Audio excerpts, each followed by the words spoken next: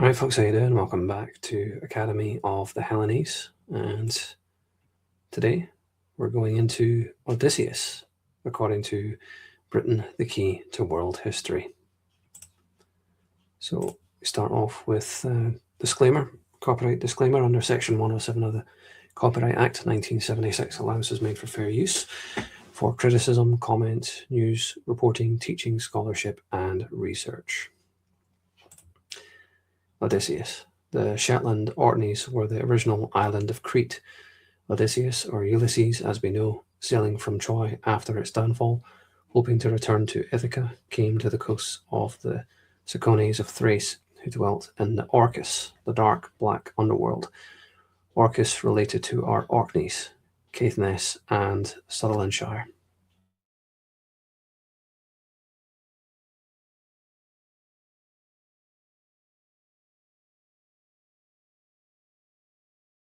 By the shores of Lake Triton, presumably the waters embracing the Shetland Orkney group. From the Lotofagi, he continued his voyage to isles inhabited by the cannibalistic Cyclops, sons of Uranus. Islets of the Orkneys.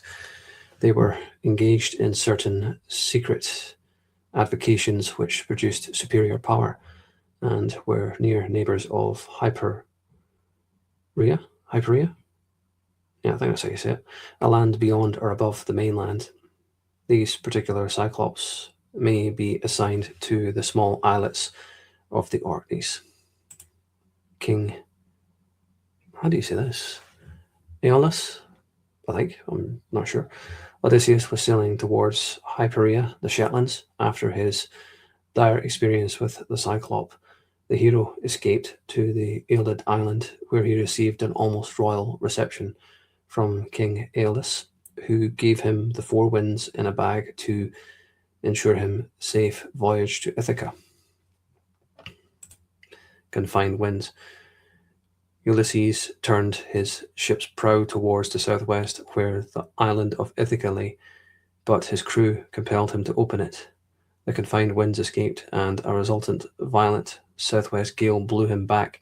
This time his reception was very different, for Aeolus regarded him as one hated by the gods and refused him shelter. The land of the midnight sun.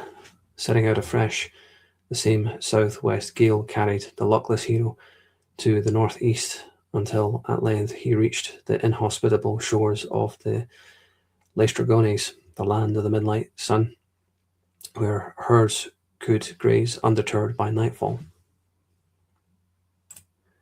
The Norsemen of Norway, the Laestrygones, were also a giant people, kinsmen of the Cyclops, addicted to cannibalism, who reared herds of cattle and were worshippers of Poseidon like the Cyclops.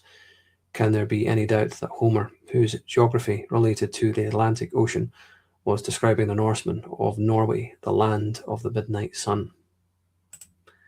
Fomori. Sir William Ridgway, Greek scholar and archaeologist, found no hesitation in pronouncing them the Norwegians, a giant people who formed settlements in Libya and were related probably to the Fomori, a maritime race who tyrannized over that island until they were defeated by the Danann. So there we have it. That's the end of part 1. Thank you for watching.